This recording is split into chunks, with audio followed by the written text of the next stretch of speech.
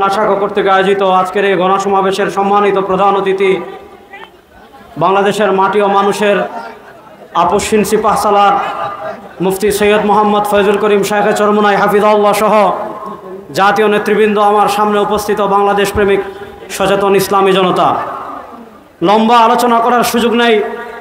আমি সংক্ষেপে দু চারটা কথা বলে আমার বক্তব্য শেষ করব। এক নম্বর, আমি যে বিষয় নিয়ে আলোচনা করব, আপনারা জানেন এই বাংলাদেশ মুসলমানের আবাসভূমি। এই বাংলাদেশের সংখ্যাগরিষ্ঠ মানুষ হলো মুসলমান।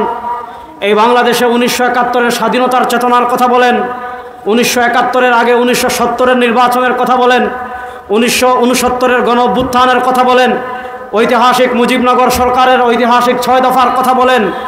কোনো দফায় ধর্মনিরপেক্ষতা ছিল না। শেখ মুজিব যখন 1972 সালে প্রথম ক্ষমতায় এসেছিলেন, 72-এর সংবিধানে প্রথম, আপনারা জানেন 72-এর সংবিধানে প্রথম ধর্মনিরপেক্ষতা এসেছিল। তারপর যখন সংবিধানের 5ম সংশোধনী হয়েছিল, আবার আল্লাহর উপর পূর্ণ আস্থা বিশ্বাস এবং আল্লাহর উপর পূর্ণ আস্থা এবং বিশ্বাস আবার সংবিধানে যুক্ত হয়েছিল। 2008 সালে যখন আওয়ামী লীগ ক্ষমতায় এসেছিল, বিচারপতি খায়রুল আলম সহ বিচারপতি খায়রুল সহ আবার আমরা দেখেছি সংখ্যাগরিষ্ঠ মুসলমানের চেতনা সংবিধান থেকে ধর্মীয় আল্লাহর উপর আস্থা এবং বিশ্বাসকে বাদ দিয়ে তারা আবার সেকুলারিজমকে, তারা আবার ধর্মনিরপেক্ষতাকে আবার সংবিধানে যুক্ত করেছে। আজকের এই সমাবেশ থেকে আমরা প্রথম দাবি জানাই, যে সকল ভারতীয় রাজাকাররা আমার সংবিধান থেকে আল্লাহর উপর আস্থা এবং বিশ্বাসকে বাদ দিয়েছে, ওই ভারতীয় রাজাকারদের বিচার এই দেশে করতে হবে। 2 নম্বর দাবি আমরা করতে চাই, এই দেশের মানুষ ধর্ম নিরপেক্ষতার জন্য পরিষ্কার ভাষায় আমাদের শাইখে চরমুনাই বারবার এই বক্তব্য দিয়েছেন। এই দেশের মানুষ মুক্তিযুদ্ধ ধর্ম নিরপেক্ষতাকে প্রতিষ্ঠা করার জন্য করে নাই। সুতরাং আমরা সুস্পষ্ট ভাষায় বলতে চাই, আল্লাহর উপর পূর্ণ আস্থা বিশ্বাস, এইটা আমাদের ঈমান, এইটা আমাদের চেতনা। বাংলার সংবিধানে আল্লাহর উপর আস্থা এবং বিশ্বাস আবার ফিরিয়ে আনতে হবে। 2 নম্বর কথা, আপনারা দেখেছেন আমরা আলেম সমাজ বিভিন্ন জায়গায় কথা বলি, মাহফিলে কথা বলি, মঞ্চে কথা বলি, খানকায় কথা বলি, আমরা রাজপথে কথা বলি। এই আওয়ামী স্বৈরাচার একটা আইন করেছিল, ওইটার নাম ডিজিটাল নিরাপত্তা আইন।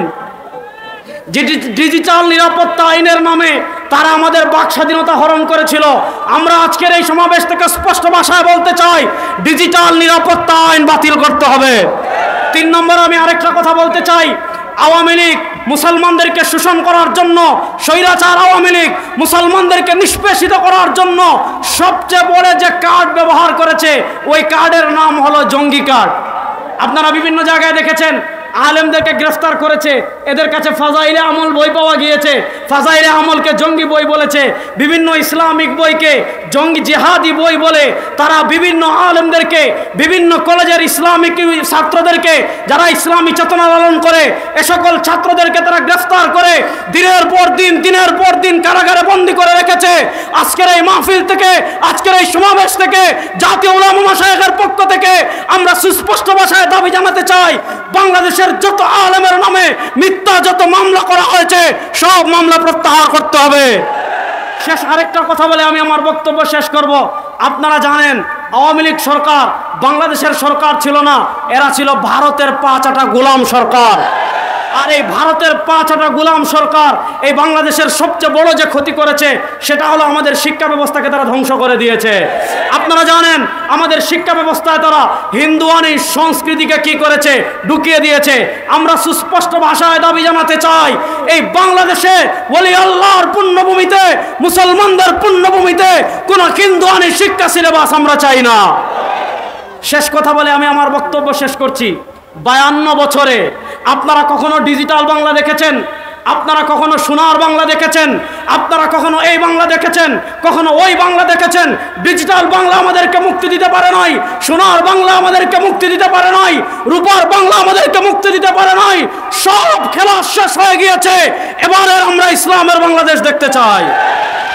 ইসলামের বাংলাদেশ দেখার জন্য হযরত পীর সাহেব চরমনাই, হযরত শাইখে চরমনাই আমাদের নেতৃবৃন্দ আমাদেরকে যে বার্তা দিবেন, সেই বার্তা বাস্তবায়নের জন্য আমাদের গাম রক্ত জীবন দেওয়ার জন্য আমরা প্রস্তুত আছি ইনশাআল্লাহ।